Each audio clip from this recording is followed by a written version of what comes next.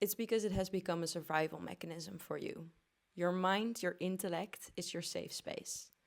You had to understand the world and create this competency in order to feel safe in the world, in order to receive love, to receive praise, to feel like you were good enough. You had to prove yourself. But intellect is only doing half of the work.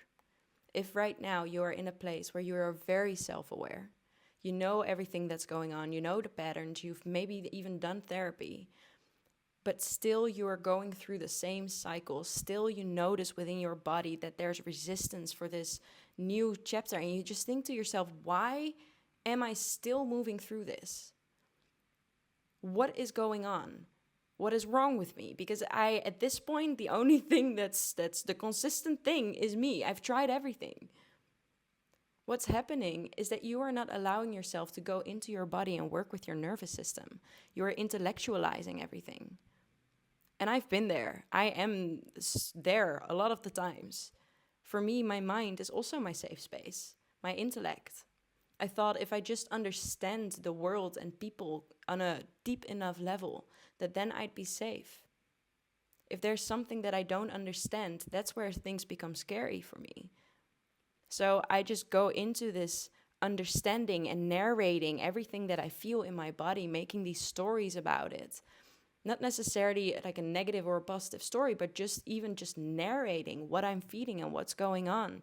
And then at night, I would go into my mind and look at everything that happened throughout the day, every interaction that I had, really going into what I could have done different, what I could have done better. What happened there in a situation that I did not understand?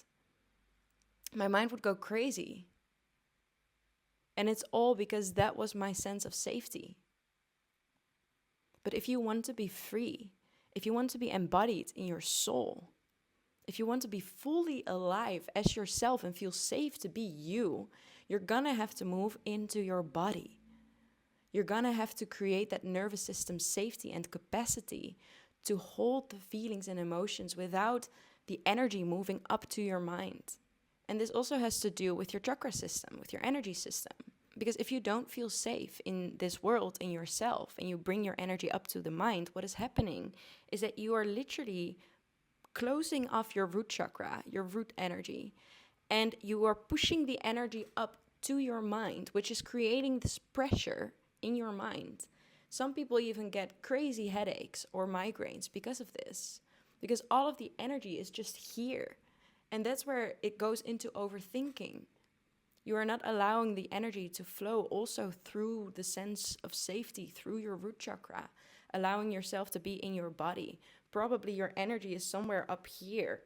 Or for some it's up here, for some it's from here, but it doesn't often go lower than the solar plexus if you are very much in your thinking mind, and you're constantly in your awareness, in your intellect, in your overthinking.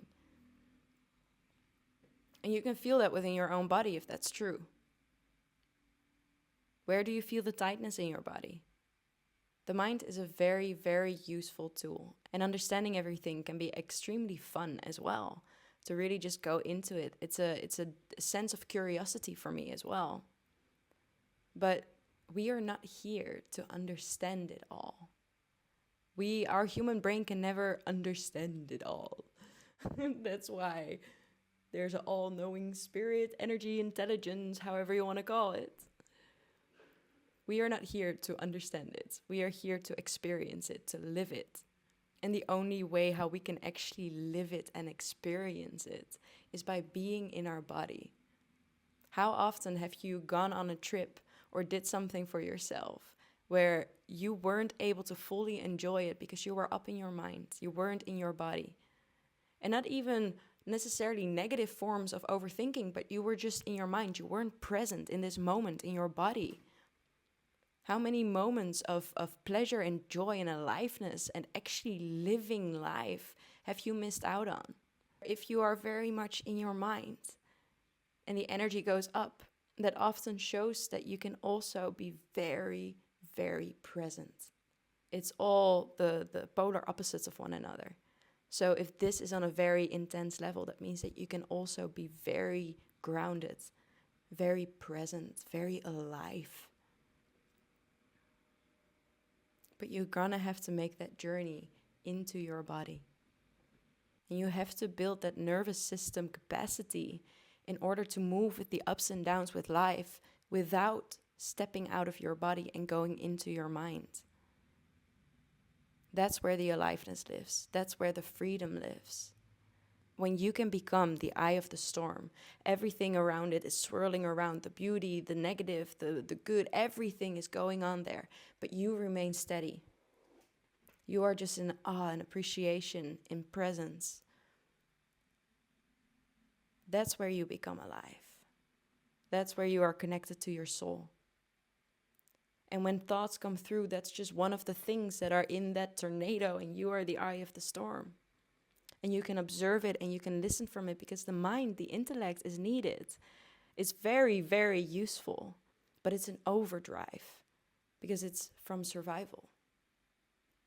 If we reconnect with love, we reconnect with our body, and we become present in this moment, observing the thoughts from that place of stillness, we can start to look at which thoughts do we actually need to take action on. Because every thought is constantly screaming, listen to me, listen to me, listen to me. And then you lose which one you actually need to listen to.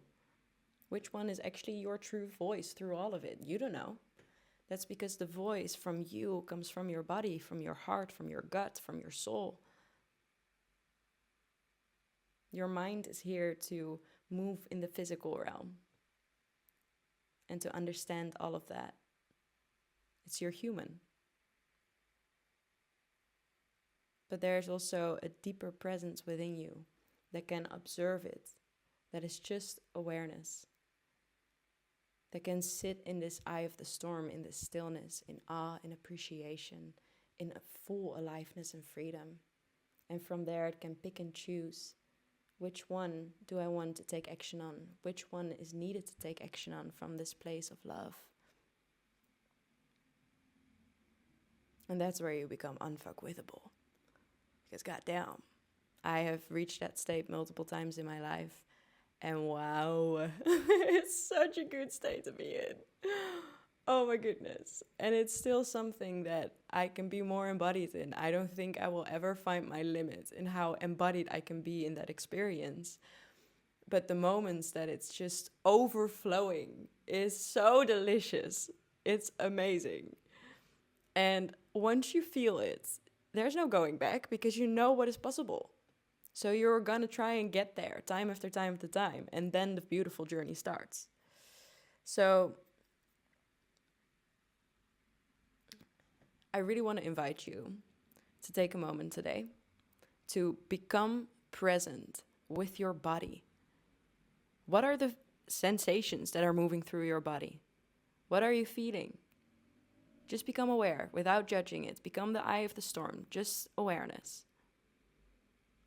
And just do that on a consistent basis so that you can start identifying less with your mind and your intellect and start to actually step into your body more.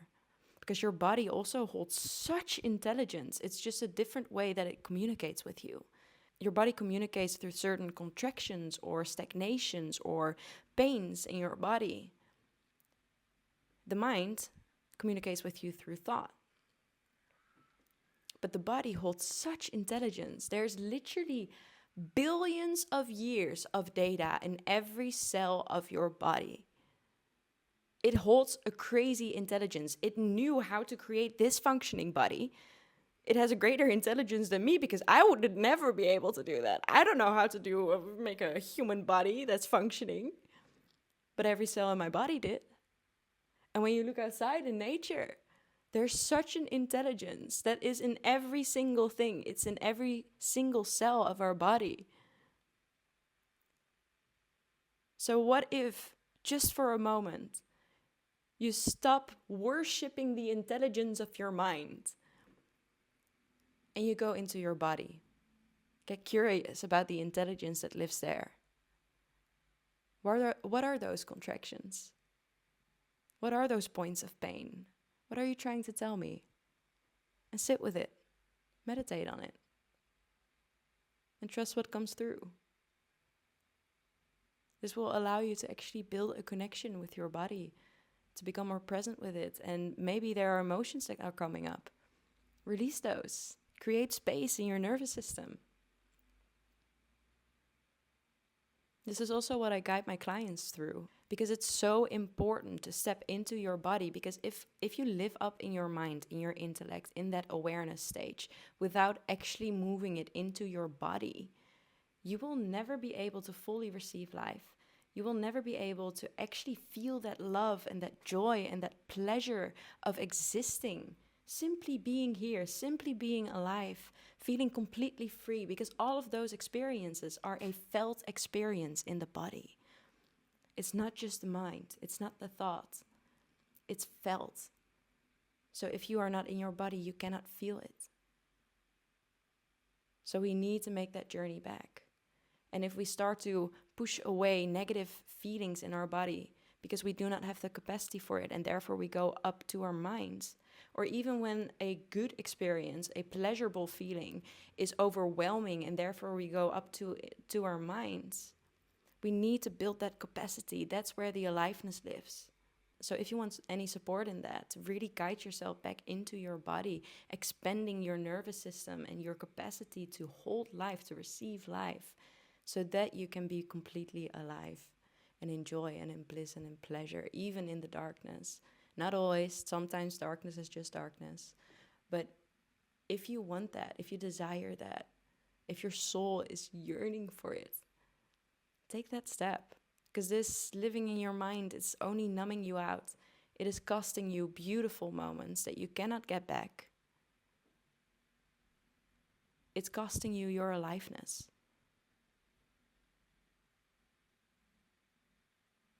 So if you want to work with me, there's a link down below where you can apply and we can see what wants to unfold. And otherwise, if you enjoyed this video, give this a thumbs up. And if there are any questions you have or any topics that you would like me to explore next time, just leave a comment below. And subscribe to my channel if you want to see more of this. My name is Felicia, founder of Erovira, and thank you for being here today. Thank you for listening. And I hope to see you next time. Bye-bye.